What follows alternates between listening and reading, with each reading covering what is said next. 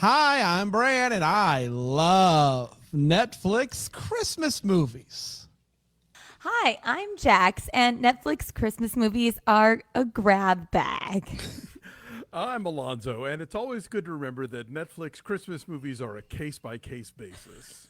I'm Dan, and Netflix movies are starting to look like Hallmark Christmas movies, which means I despise them, and this is the Deck the Netflix podcast.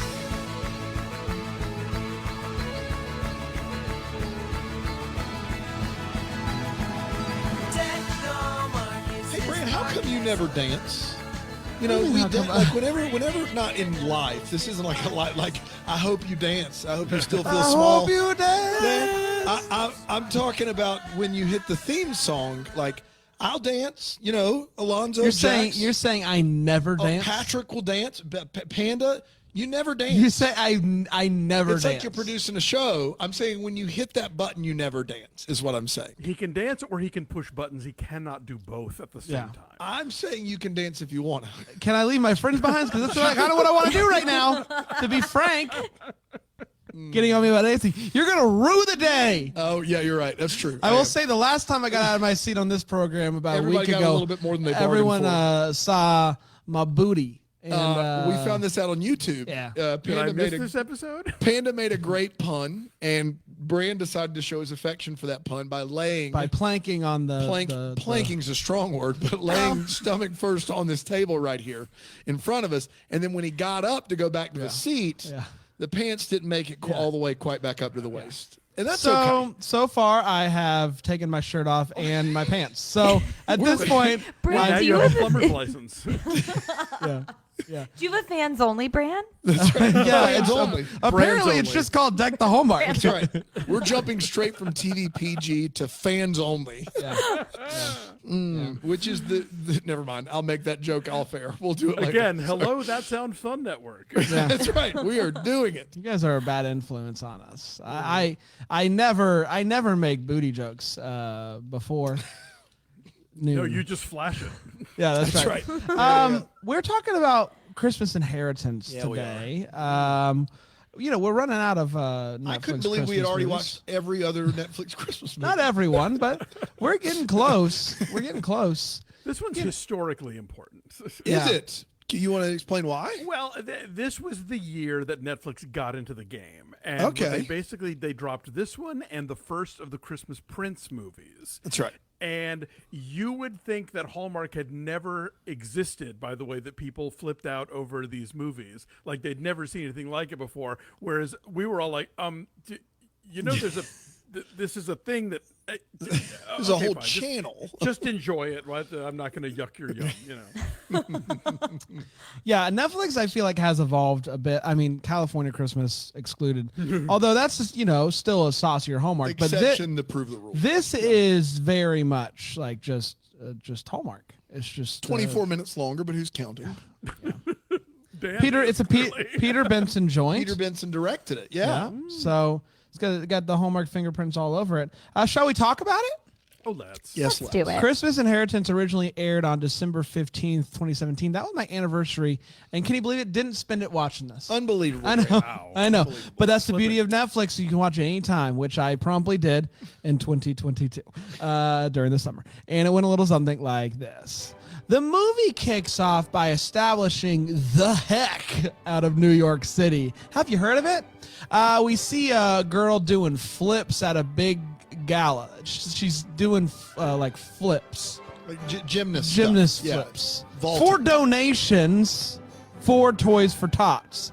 And it's all going great until she flips into a Christmas tree.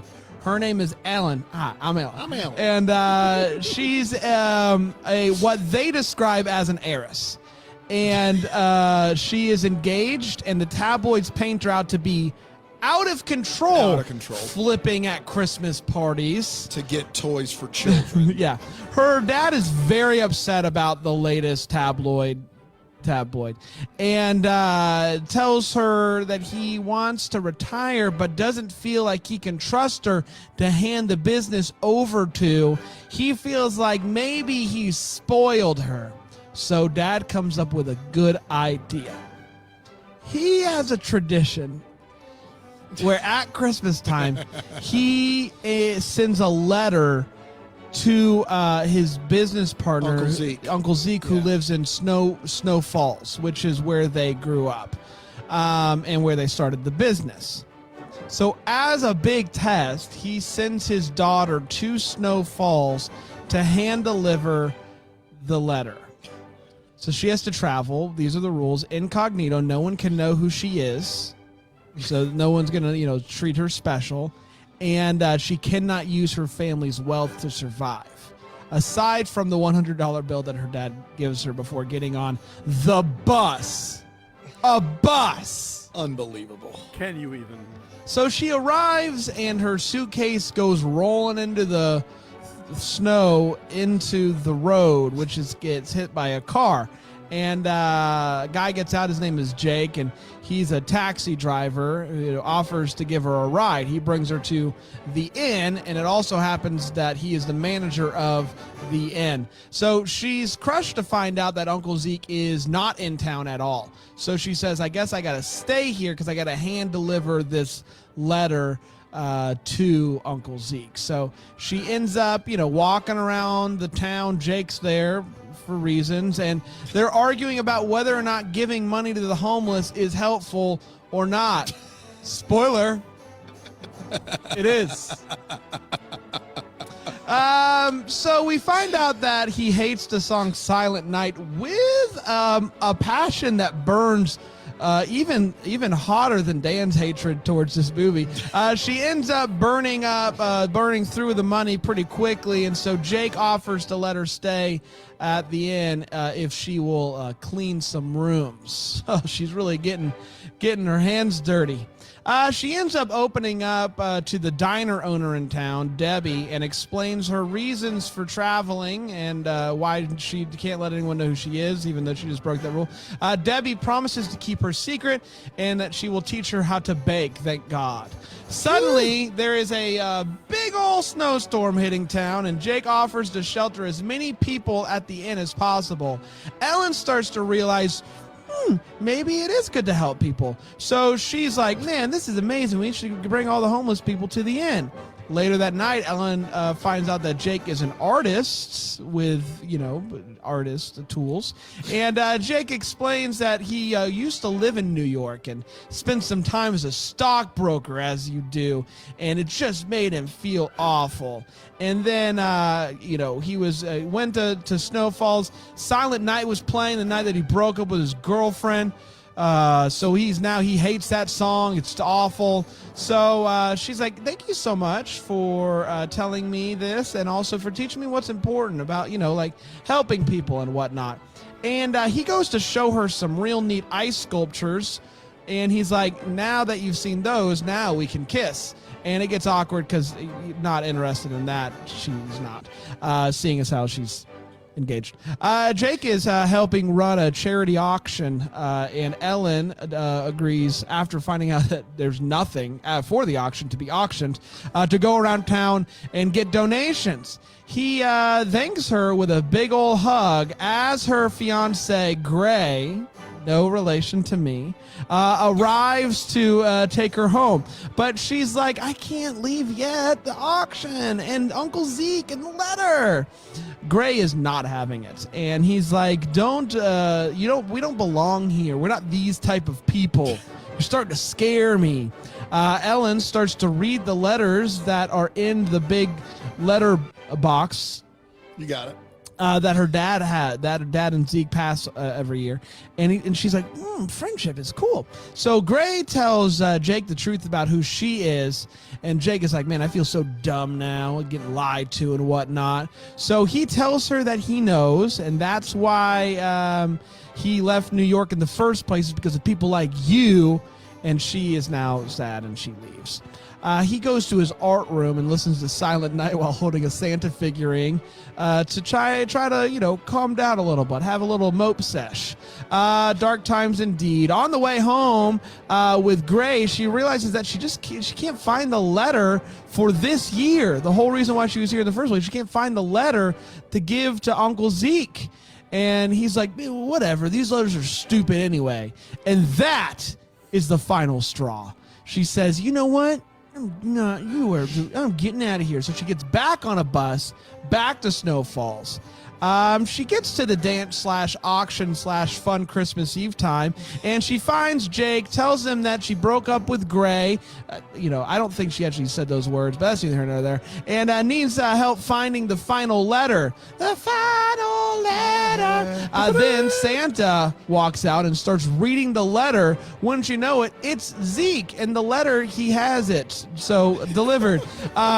And announces that Ellen is going to be taking over for Dad now that he's retiring, and she, has proven herself as responsible by losing the letter. Apparently, Zeke was gone on purpose, and that she needed to get to know the town, and the town to know her with no pressure. That was the whole point of the trip. Dad shows up and is like, I pulled a fast one on you, kiddo. I sent the letter ahead of time. You never had it to begin with. Joke's on you. Wanted you to learn a lesson. Lesson learned. Silent Night plays, and Jake doesn't cry this time. Slow dances with Ellen, and they kiss, and that was The Christmas Inheritance. We did it. We did do it. Let's take a quick break, and we'll be right back here on Deck to Netflix.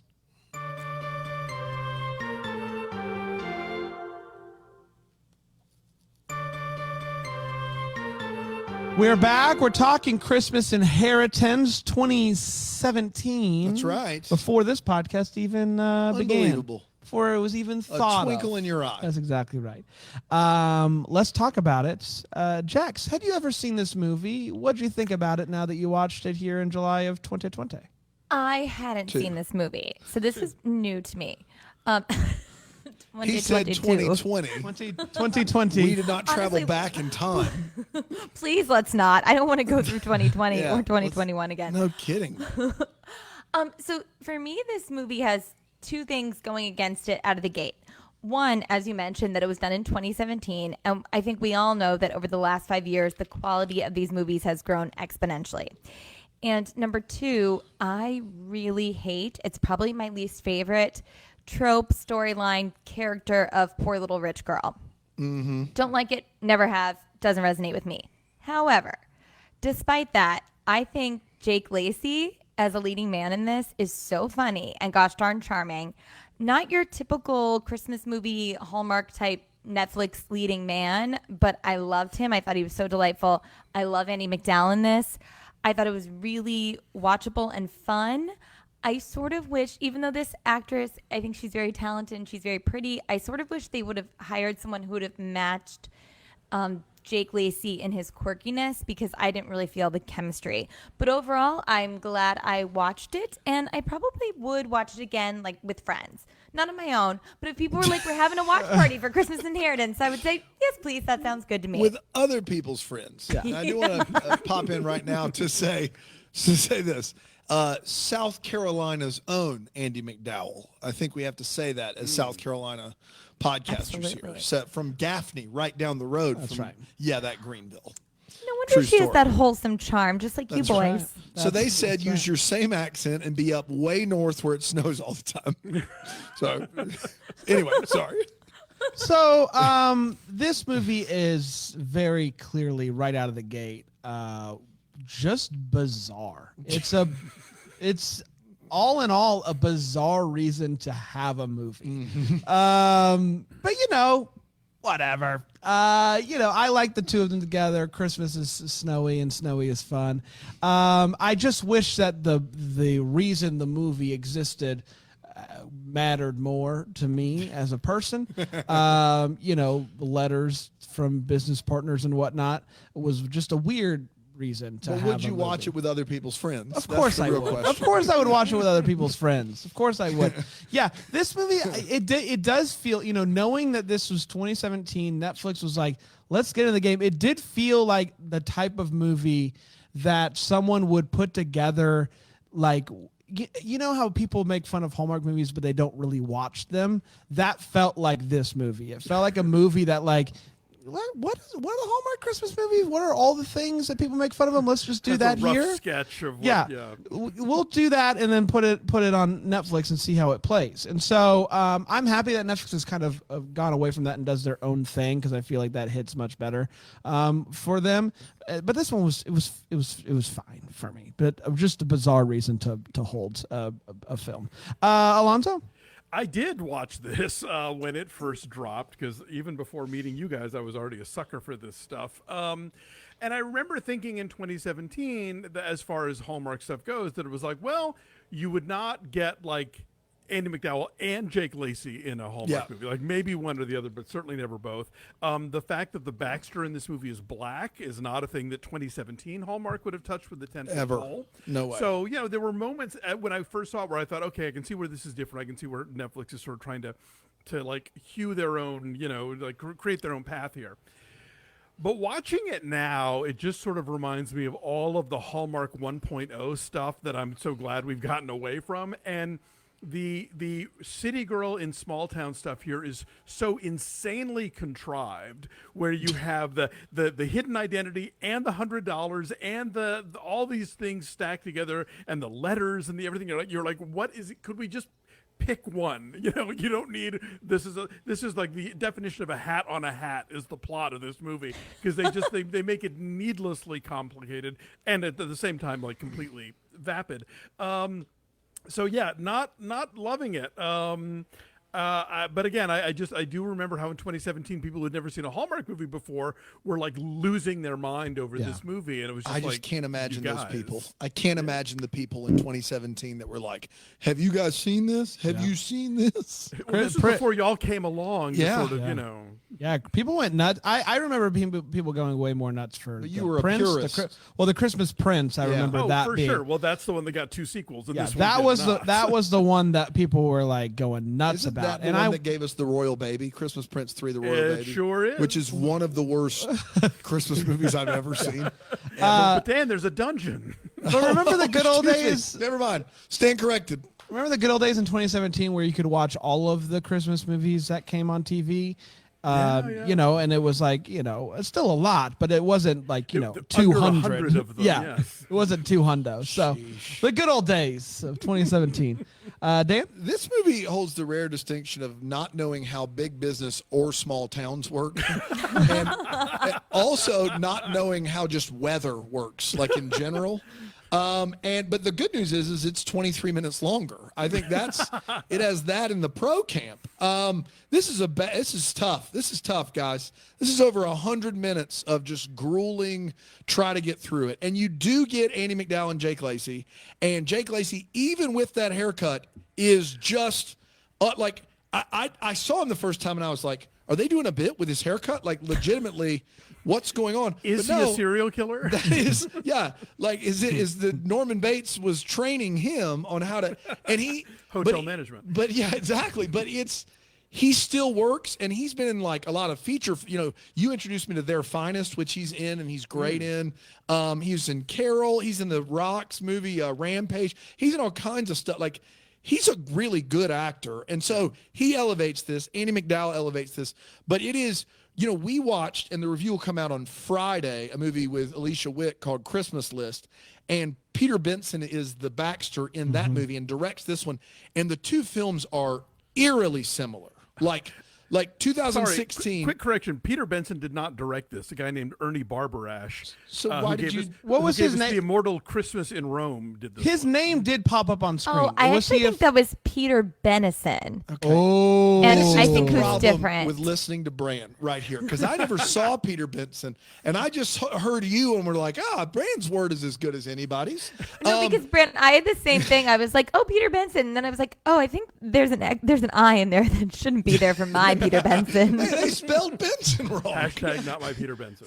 Not my Peter Benson. Well, that- now I'm just intrigued. That movie, Christmas List, with Witt and Benson is basically this same movie, but with a Christmas list. Like almost, and it came out in 2016, and this is the same, like the Baxter comes to the town, the girl's rich and doesn't get, like, it's like the same movie. And so that also had it going against it, but it just is If you told me in 2017 Netflix wanted to get into the Christmas movie game and be like Hallmark, then this would have been very indicative of what that's like. So they did check that box, but I don't think I would watch it with my friends or anyone else's for that matter. So for me, it's a no. It's a no-go.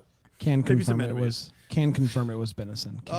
Look at that. Director of photography. Shout out to Peter Benison. You did a great job on this one, buddy. We love him now too. Yeah. Yeah. There's no, aside from seeing Peter Benson's name every week and just assuming that he's in like a part of every movie. That's fair. Yeah. I saw Peter B. Ensign and was like, Peter B. Ensign. Peter Benison.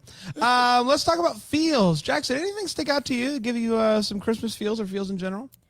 Yeah, I mean, I think Andie MacDowell, probably because she's from your home state, she just gives me so many feels. When she realized that Ellen, who she was, I thought the way she handled that was with such grace and care, and it was really sweet. And when she was talking about Ellen's dad, how they used to date, and that she wanted to hate Ellen's mom, but she couldn't because she was so sweet, I just thought that was so wonderful and delightful, and I really love that woman. I had some feels for the family of the daughter and then the little baby. I just thought that was so sweet. And when the little girl gave Ellie, the stuffed animal to make her feel better, that gave me all the feels. I just love kid actors, and I thought she did a really great job. So those are my big feels. And I think Jake Lacy, he gets me feeling things. I'm pretty into him, actually, after this one. After this one. I'm keeping it PG. Right. Had you ever seen Jake Lacy in anything before? Yeah, but not through the lens of a Netflix Christmas movie. Yeah, that's right. That changes things. That changes everything. You know what we make fun of? We have a lot of fun here. We make fun of and have pointed out many a times the slow dance to Silent Night or the slow dance to A Christmas Carol, etc., and how it's just a weird bit. This is the one instance where, to me, it was like, you know what? I appreciate the full circle of Dancing to Silent Night because it was the song that made him, like, bummed him out because of his ex. So the hey, you know what? I'm taking back this song about baby Jesus.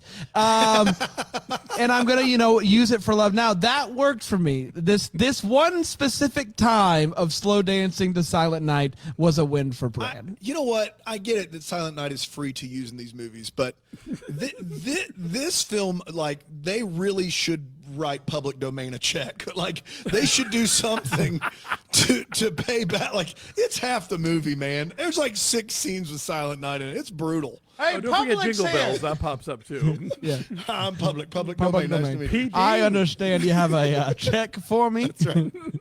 Alonso, any feels for you, buddy? Absolutely, Andie MacDowell. I mean, yes, you're absolutely right. The accent doesn't work, but who cares? She's Andie MacDowell. Right. To this day, if a movie gives me real snow, that still counts. That still counts as a feel. That still counts as a well done because it remains so rare that I get excited when I see it in a movie. And Jax, I know you'll join me in loving the fact that there's a Fiddler on the Roof reference in this movie. Yeah. Yeah, we know what those is. Those are always great, and they always get heard and understood by these guys. So, dude, there's nobody. They call us the Fiddler Boys because no one gets it quite like us. We have a Fiddler on the Roof podcast. We're just waiting for the right time to release it. This is actually true. We would love to hire an editor full time, but we have a full time fiddler on the roof. On the roof. He plays nonstop. There's nothing we can do. Kind of like how Alonzo always has someone doing yard work outside. We always have the old fiddler. We always have a fiddler. Right. So it's But you know what? If you got him to play public domain stuff, I think it would be costing. Forget about a it. lot of Silent Forget Night about on it. a loop would be great. That's all I got.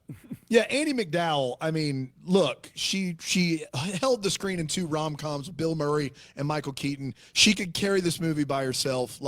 She's charming, just effervescently charming and in control and everything. I really wish that we could have more, and I'm biased because she is from right down the road here, but I wish we could have more movies where she's giving sage advice and wisdom and stealing scenes, because she's just great. Or even, hear me out, be the romantic lead. I'm not opposed to that Yes, either. please. I'm not opposed to that either, because clearly she has the chops to do it. She could want. Can you imagine an Andy McDowell, Mark Declan movie? Like, I'm here for that movie right now. Let's Steaming go right hot. now.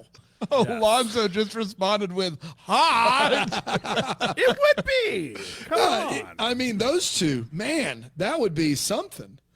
You hear that, Hallmark? You hear that, everybody? I know you're listening, Everybody Hallmark. listening? To And all we're going to Netflix. get is another season of Cedar Cove instead. Yeah. Have you met Treat Williams? Whom I love. I love Treat. I love Treat. A Treat Williams, Annie McDowell romance Oh, my gosh. would be scorching. Oh, yeah. Bring it.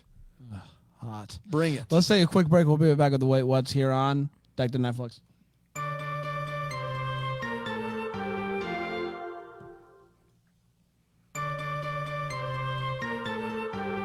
Welcome back, everybody. We're talking about Christmas inheritance, as everyone is these days. Let's get to the Wait What. Let's start with you, Jax. Anything in this movie make you go, wait, what?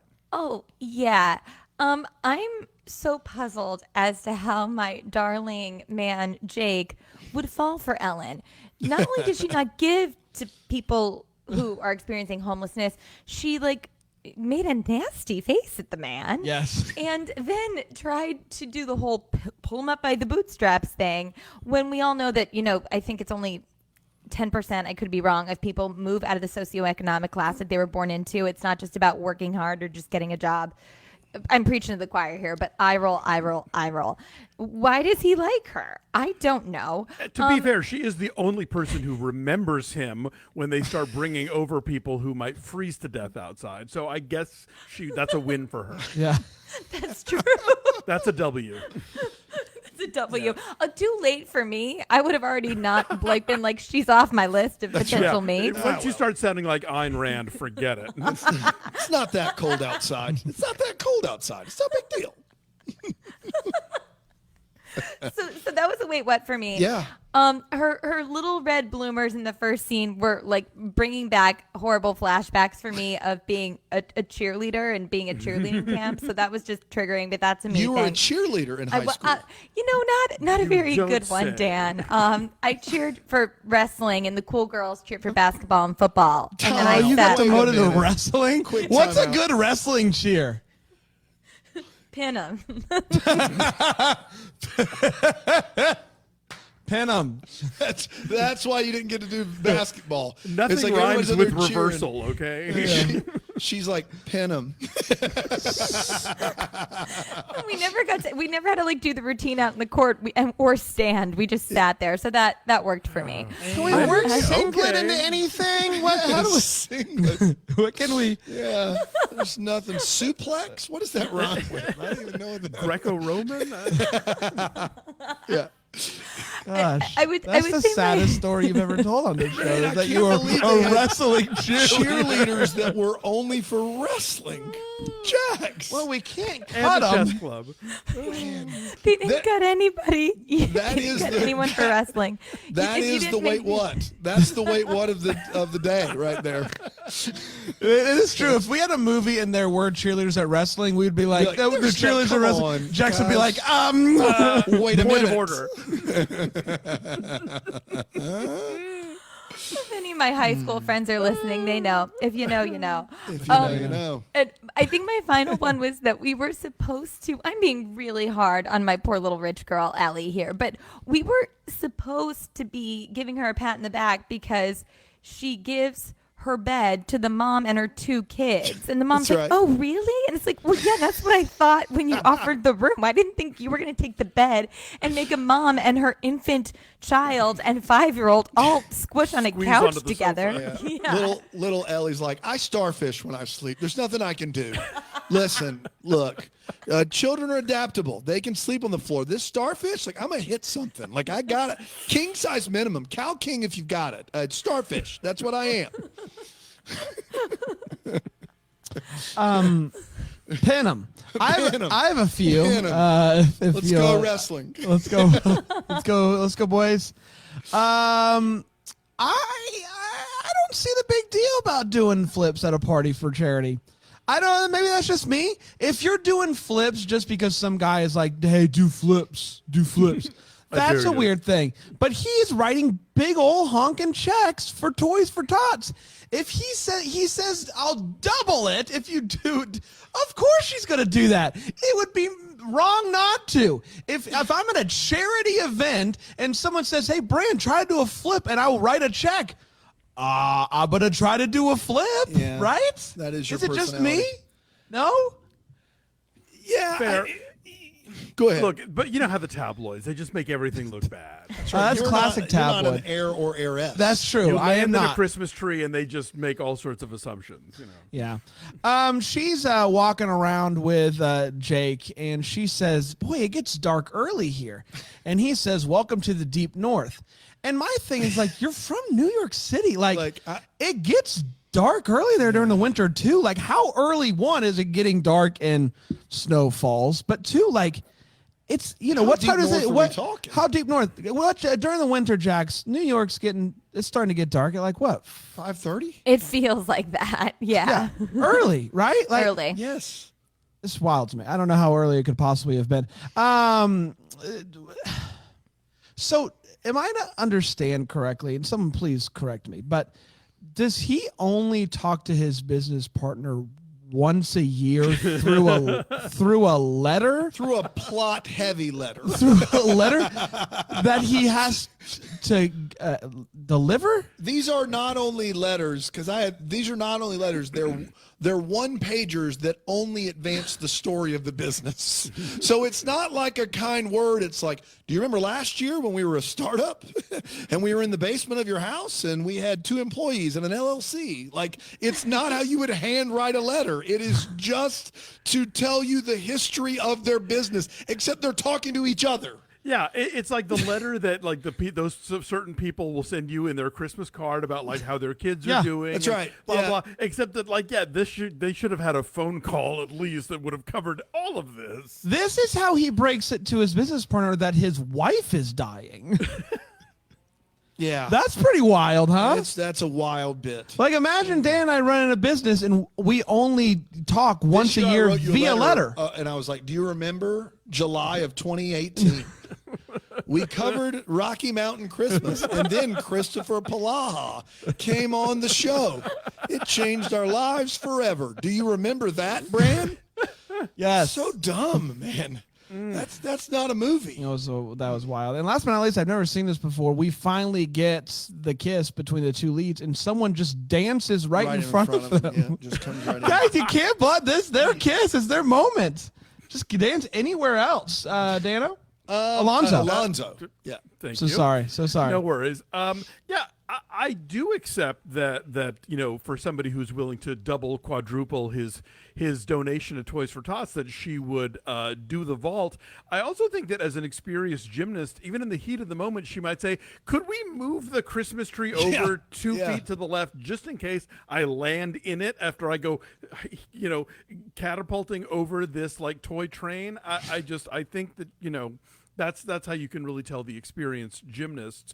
The idea of a big, flashy New York City company that has like a big Christmas gala and has spawned a party heiress, but that really does most of their business with people in small towns. Yeah, you know the kind. Those people exist that for company. sure. Sure. Okay, Yeah. why not? No rich heiress on earth would ever, has ever, will ever have that tacky ass suitcase that says Paris and a picture of the Eiffel Tower on the side. Preach. No. Thank you. No. Didn't even notice it. Didn't even notice it. like that. You get that at Ross in the clearance department. This is not what the party heiress is going to travel with. Well, I know what I'm not bringing to LA in a few weeks. Sheesh. You come for Ross, you come for my Hey, people. gosh. Panam. The two other pieces of luggage match. She would have had a full matching That's right. set. Yeah, That's all yeah. I'm saying. Fair. The $100. We need to unpack that one, because is it meant to also cover the hotel? Because she says to awful fiance, well, I'm staying in this really nice inn that my uncle owns. But after the first night, when she realized she has to stay longer, she suddenly has no money left. I'm like, well, was the first night covered? Did the first night eat into the $100? Is the $100 none of that? There was, it was all very baffling. She Plus couldn't the fact, do what she did for $100. There's just no no of way. course not. None of it. No. And also the fact that he hands her a $100 bill, which is right. like, there's a Mark Twain story called Man with the £1 Million Note. And these rich guys basically get a £1 million note struck and give it to a poor guy to see how long he can go without like anyone breaking it, but still people giving him all the awesome stuff because they know that he has £1 million. Like, you cannot walk around with a $100 bill in Snow Falls and expect to not have That's to right. send Jake Lacey to the safe to break it, which also makes no sense because you're a hotel, you have a till, and anyway, don't get me started. How they carry 100 pounds around? Oh, stop it. No, Stop it. but, no, but No, can we? No. Alonso, out of though, here. it's a great excuse for her not to have to they give had to a homeless suitcases people. in Paris on the outside. That's this is true. Yeah, sorry. I Or would tip her totally, porter. Yeah, no, exactly. When no one can break the 100, I thought, oh, this is going to be like that Mark Twain story. Dan touched on this earlier, but it is my biggest wait. What? This is a snowstorm so massive that power is out in half of the town, and people are huddling around the fireplace in the hotel to stay warm, and yet within a couple of hours is gone, so that the two of them can go on a romantic walk and look at ice sculptures. What I wrote down was this is one of those storms that selectively impacts characters with fewer than a dozen lines. If you have fewer than a dozen lines, you are in trouble. Background is urged to find shelter. That's right. Yeah. Oh, you're a lead. We'll open the roads back up for you. If craft services isn't open to you, you need to be very acutely aware of this storm headed your way. Vigilant.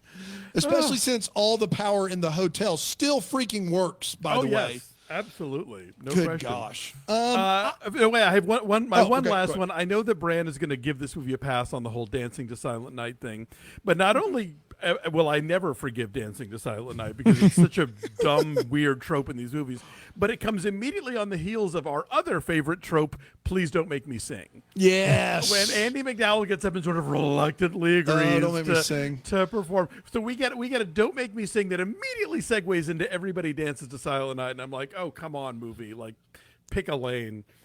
And just pick something aside from those two things. In fact, pick an general. entirely different lane. How about that? That's right. Yeah. I think this movie is very confused as to what an heiress is. An heiress isn't the person that's going to run the company next.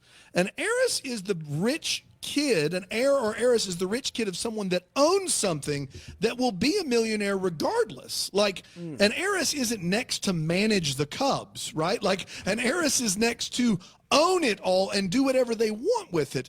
But somehow this, like, gymnast is being trained to run a company on the actual molecular level of being a CEO. That's not how those are chosen. In fact, that's a really bad hiring practice. Like, that is, you're going to get a terrible, and people have done it and gotten terrible CEOs. That's the CEO's kid is not the heir or heiress. The owner's kid is the heir or heiress. And so you lost me immediately when you're like, this is an heir, a rich heiress. I'm like, okay, Paris Hilton, Nicole Richie, the like, Kardashian. And then it's like, oh, no. This is just the daughter of the CEO is what this is, which is very, very different. That's not how that works at all. I love that there's real snow in this movie. I love it. Have you ever tried to roll something like with small wheels through like 6 or 7 inches of slushy snow? It goes like 1.5 feet unless you've got what amounts to be the slickest Paris briefcase of all time, a suitcase of all time, which somehow rolls through snowy grass into the street and just keeps rolling like it's just greased up, man. Like, I don't know how they did it. Like, it's not ice. Nothing. No. Like, if I tried to roll anything with a wheel that small in snow, it would just stop immediately. That's not how that works at all. This is another one of my favorites. This is one of these magical towns that's big enough for a bus stop, a hotel, all the trimmings, but has one cabin, no cell service. And those places just don't exist. I'm sorry. You can't have it both ways. The places you're talking about have like 100 people in them. Like, they don't, that's not how this, like, we're from South Carolina. You're not getting this past us. We got dozens of cities like the ones in this movie. They all have cell signal. Like, you don't get both of these things. It's not a both and here. This is even like Pumpkin Town has that's cell right. service. Pumpkin Town, which is tiny, like 1,200 people. And this movie is like, we only got one cab driver. If you're a town that has no cell service, you don't have a cab driver, okay? Like pick a lane, as you could say. Hey, do me a favor, lady. Turn the vacuum off. You just caught a shirt in that thing. You caught a shirt in the shirt is wrapped around the vacuum. Turn it off. OFF off. You cannot fix this problem with the vacuum running. I promise you. That is how vacuums work. You can't just pull. It's got suction, man. Turn the thing off. Unspool it. Save the shirt, for crying out loud. You will not win this tug of war. I know. It's a mess out there. They show just a hideous family picture of just Photoshop left and right of her when she was on her dad's shoulders with her mom as a kid. And the Photoshop is real bad. And they're like, you know what? I don't know if everyone's seen how bad this is. Let's zoom in and get a tight close up on it. And they go with a tighter shot of so you can see the actual ridges of the Photoshop. It's like, we don't want you to get a bird's eye view of this bad boy. Let's get in close. When they're carrying people in from the cold, Jake Lacey is carrying what has to be a passed out teenager. This is a giant, like, I have 6-year-olds that are over 50 pounds. What he's carrying is something that can wake up and walk. If time is of the essence, that torso was close to his size. Like, he is. I rewound it and I was like, why is he carrying that? That needs to be walking. That everyone, we're going to be more efficient if we can get that person to use their legs. They probably have a driver's license. Maybe they could go drive and pick up more people if they need to. I'm so thankful that they're trying to pack every hotel room in this lodge and use every square inch available while Jake Lacey still gets his 500 square foot office for his charcoal paintings. Like, we don't have any room down there to roll out a sleeping bag, something. We're triple occupancy upstairs. We can't get an air mattress on the floor. We're also not going to kick out the lady who can't pay and is having to clean rooms badly. That's right. We don't want to. This space is sacred. It's just, look, we can't do anything about it. And I get it that this happens all the time, but it does need to be pointed out that this small town that doesn't have cell service has a Christmas Eve dance and silent auction. That is something that they do every year in this town. Christmas Eve dance and silent auction. And speaking of silent auction, this girl brags to her father that every gift she got from this auction was from a local shop. Local shop is a band we saw. From a local shop, and is a one-of-a-kind gift. Now, cut to 40 minutes earlier where she just takes a Mac, an Apple product, out of a store and puts it in the trunk. Apple is a lot of things. It is not a one-of-a-kind gift. It is bespoke. Yeah, this is one of these organic farm fresh Macs. You're not going to find this just anywhere. Small batch. That's right. It doesn't have wireless service. It's Why just would for it in this town. What a mess. What a mess of a movie, Bran. Yeah, it's time for What the Flicks. Part of the show we wonder what could have been. Maybe haven't given some clear questions we still have. Jax, what are you still wondering about? I have a couple of things. Speaking of the MacBook, I was so excited to see Ben Rosenbaum in this, and I just love him. I think he's such a good actor, and I just think he should be an even bigger star than he already is. So I would love a sequel with more Ben. I also want to know the deal with what's happening with Karen from accounting. Did she end up getting with a fiance then? I mean, if her name indicates anything about what we know about Karen's, but from accounting too. I mean, you got a mess there. There's a lot to dig into Yeah. here. Oh, I bet she's a she was a CPA wrestling too? cheerleader growing up.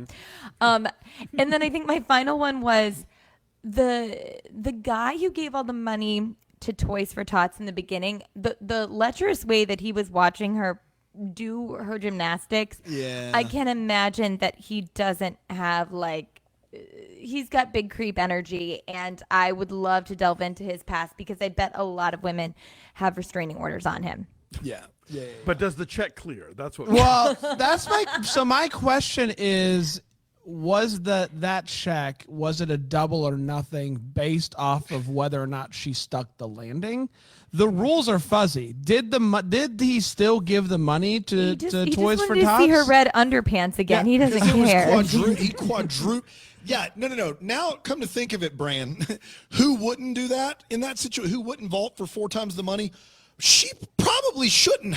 If he can give 4 times the money to watch a vault over cardboard that should have buckled with a 10-pound weight on it, if he can watch that, if that's what that's about, yeah, he's got a rap sheet, man. Or should. That's a problem. That's a problem he has. I just don't know the rules of the money and whether or not the money he still sent in the money, or whether or not the money was even ever really real. Those are all good questions. Alonzo? Well, my question is, we never find out if Uncle Zeke had any heirs that might themselves want to become the CEO of the company. It's just treated as a given that Ellen is going to take over. And it's you have a whole other partner here. And does he not? Who knows? I also envision a Lifetime sequel here where, follow me in this. Oh boy. So we end the movie, she and Jake Lacey are together. Looks like the dad and Andy McDowell are going to hook up, right? So you've got an uncle, you've got an aunt and nephew both marrying into this a dynasty of home good gifts, whatever the company is that they do. What if it's all a long con? They're doing a Wings of the Dove situation here where they're actually out to take over the company in response to the fact that, Andy McDowell really is still bitter about the fact that Ellen's mom took the dad away. And who knows, maybe Jake Lacey's ex also worked for the company. So this is all just an elaborate ruse. So they can take over Home and Hearth and get it for themselves and boot the Ellen and her dad to the street. This Mama is likes. Just the scene after the credits where Lacey is smiling and then turns and goes into this room, and it's Andy McDowell, and his smile turns into a smirk, and he's like, "Our plan's working just as we expected." Exactly. In the back of the office, there's the board with the red yarn on it. I'm here for that. That's great. That's a good one. Dana? Mine's not great. It's she bakes cookies for the first time and they're a big hit, and this guy gets to deliver one line in this movie, and his line is I come from a family of pastry chefs, and I know this is a good cookie. I just want to know more about that guy. How many pastry? What are we talking? Are we talking I think a he mom? says these are the best cookies he's ever had. Best cookies he's ever had. And does he have a mom, dad, and sibling? When you say a family of pastry chefs, that's weird, right? That's a lot of pastry chefs. Do they have the bakery in town? Maybe they're all out of work, and that's why he thinks the cookies are good. There's a lot happening there that could be the case. Good pastry chefs. That's right. Yeah. They're pastry chefs. Yeah. Look, I come from a family of doctors. It happens, Yeah. Sometimes everybody just signs up for the same thing. That's right. Yeah. We come from my kid's going to come from a family of podcasting. Really, anyone else in your family podcast but you? Because that's how that works. So my grandkid. Your grandkid. 'Cause my kids are going to go on podcasting. Both Gav and Grizz going to podcast. Yeah. Inherit the mantle. That's right. Yeah. And their wives, Well, they're heirs. presumably. They're heirs. Podcast heirs. Yeah. Well, my kids are heirs too. Then, if that's how. Well, yes. It's a real air fight. They air it together. They're in the air. They're flying Flying in the air. That's flying right. together. I love In it. the air. Pin it. We did, everybody. Pin 'em. Congratulations. We got one more of these this month, which is what is it called, Alonzo? Let It Snow. Let It Snow, yes. Not to be confused with the Hallmark CCB Jesse or Hutch movie. This is a YA adaptation that's really charming. Very much looking forward to it. Until then, maybe we're the first to wish you a Merry Christmas. Deck the Hallmark is the That Sounds Fun podcast. It's produced by Tracy Nillisname. It's recorded live in, that Greenville, South Carolina. For more information on Deck the Hallmark, you can go to deckthehallmark.com.